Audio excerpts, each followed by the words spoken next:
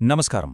ఒక బిజినెస్ని దేశ సరిహద్దులు దాటించి గ్లోబల్గా తీసుకెళ్లడమంటే అదొక పెద్ద సవాలే గదండి.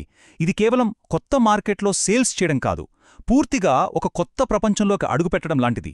మరి ఆ జర్నీలో ఫస్ట్ స్టెప్ ఎలా వేయాలి, దాని గురించే ఇప్పుడు వివరంగా మాట్లాడుకుందాం. అసలు ప్రశ్న ఏంటంటే, ఒక కంపెనీ సక్సెస్ఫుల్గా ఫారెన్ మార్కెట్లోకి ఎలా ఎంటర్ అవ్వాలి? ఇది చాలా సింపుల్ క్వశ్చన్లా అనిపించినా దీనికి ఆన్సర్ అంత ఈజీ కాదు. దీని గురించే మనం ఇప్పుడు లోతుగా పరిశీలించబోతున్నాం.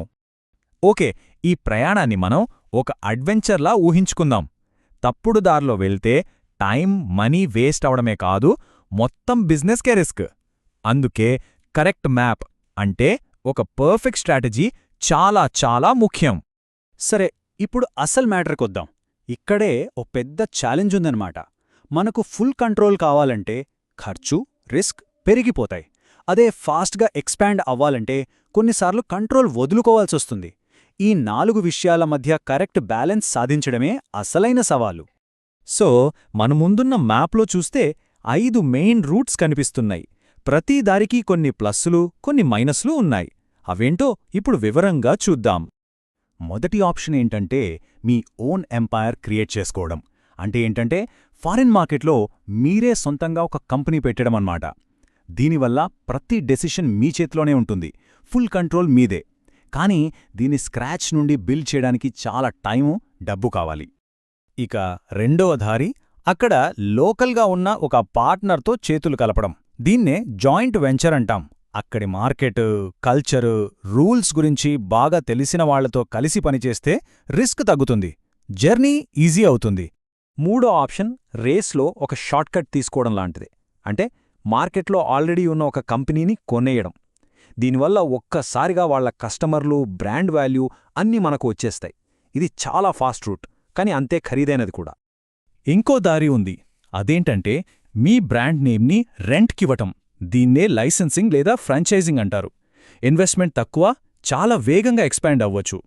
మన తరపున వేరేవాళ్లు బిజినెస్ చేస్తారు. కాని గుర్తుంచుకోండి, రిస్క్ ఎంత తక్కువో మన చేతిలో ఉండే కంట్రోల్ కూడా అంతే తక్కువ. చివరిగా అన్నింటికన్నా సింపుల్ రూట్, జస్ట్ ఎక్స్పోర్ట్ చేయటం. అంటే మీ ప్రొడక్ట్స్ని విదేశాలకు పంపించడం. ఇది నీళ్లలోకి కాలు పెట్టి లోతు చూసినట్టు. పెద్దగా రిస్క్ తీసుకోకుండా మార్కెట్ను టెస్ట్ చేయడానికి ఇది బెస్ట్ ఆప్షన్. సరే, ఇప్పుడు మన ముందు 5 దారులున్నాయి కదా. అసలైన ప్రశ్న ఇక్కడే వస్తుంది. ఏ దారిని ఎంచుకోవాలి? వీటిని పక్కపక్కన పెట్టి దేనిలో లాభం ఎక్కువ, నష్టమెంతో ఒకసారి బేరీజ్ వేద్దాం. అయితే ఈ దారులన్నింటికీ మధ్య ఉన్న అసలు డిఫరెన్స్ ఏంటి? ఏ దారిలో వెళ్తే మనకు బెస్ట్ రిజల్ట్స్ వస్తాయి? ఆ సమాధానం ఈ టేబుల్లో ఉంది. ఈ టేబుల్ని కాస్త జాగ్రత్తగా చూడండి. అసలు విషయమంతా ఇక్కడే ఉంది. చూసారా? మొదటి ఆప్షన్ సబ్సిడరీ. ఇక్కడ కంట్రోల్ ఫుల్గా ఉంటుంది, కానీ పెట్టే ఇన్వెస్ట్మెంట్, ఫేస్ చేసే రిస్క్ కూడా మామూలుగా ఉండదు. ఇక చివరికి చూడండి, ఎక్స్పోర్టింగ్, లైసెన్సింగ్.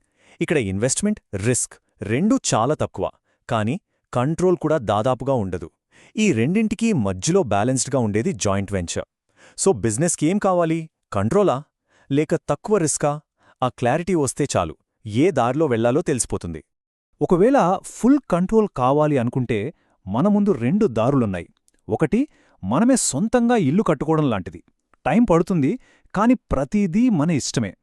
రెండోది, ఆల్రెడీ కట్టిన ఇల్లు కొనడం లాంటిది.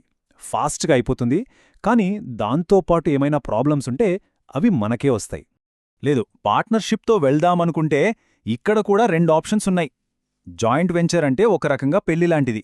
లాభం, నష్టం రెండూ సమానంగా పంచుకోవాలి. అదే లైసెన్సింగ్ అనుకోండి, అదొక ఫ్రెండ్షిప్ లాంటిది. ఇన్వాల్వ్మెంట్ తక్కువ, బాధ్యత కూడా తక్కువే. సరే, ఇప్పటిదాకా రూట్స్ గురించి, వాటి మధ్య తేడాల గురించి చూశాం కదా.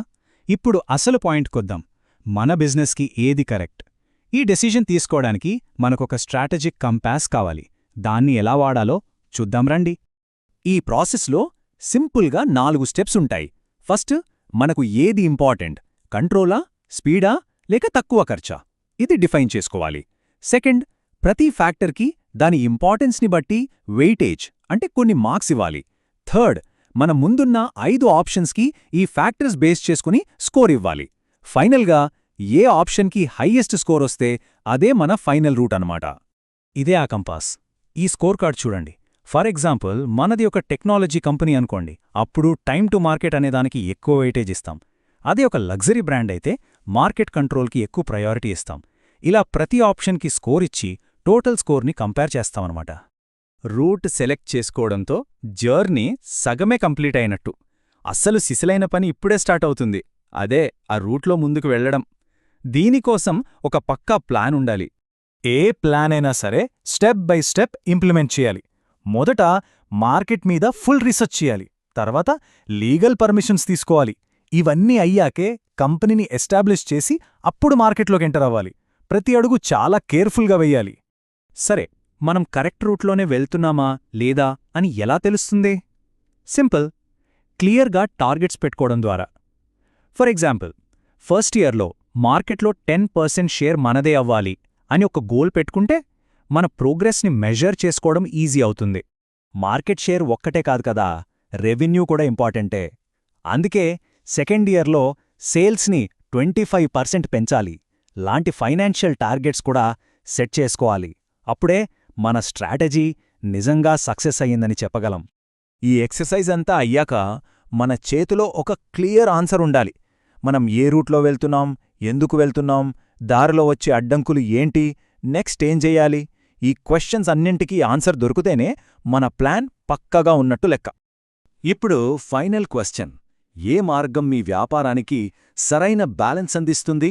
స్పీడ్, కంట్రోల్, ఇన్వెస్ట్మెంట్ ఇంకా రిస్క్, ఈ నాలుగింట్లో దేనికి ప్రియారిటీ ఇస్తారు? ఈ ప్రశ్నకు మీరిచ్చే సమాధానమే మీ గ్లోబల్ జర్నీకి సరైన దారి చూపిస్తుంది. గుర్తుంచుకోండి, సరైన ఫస్ట్ స్టెప్ వేయడమే అతిపెద్ద సక్సెస్.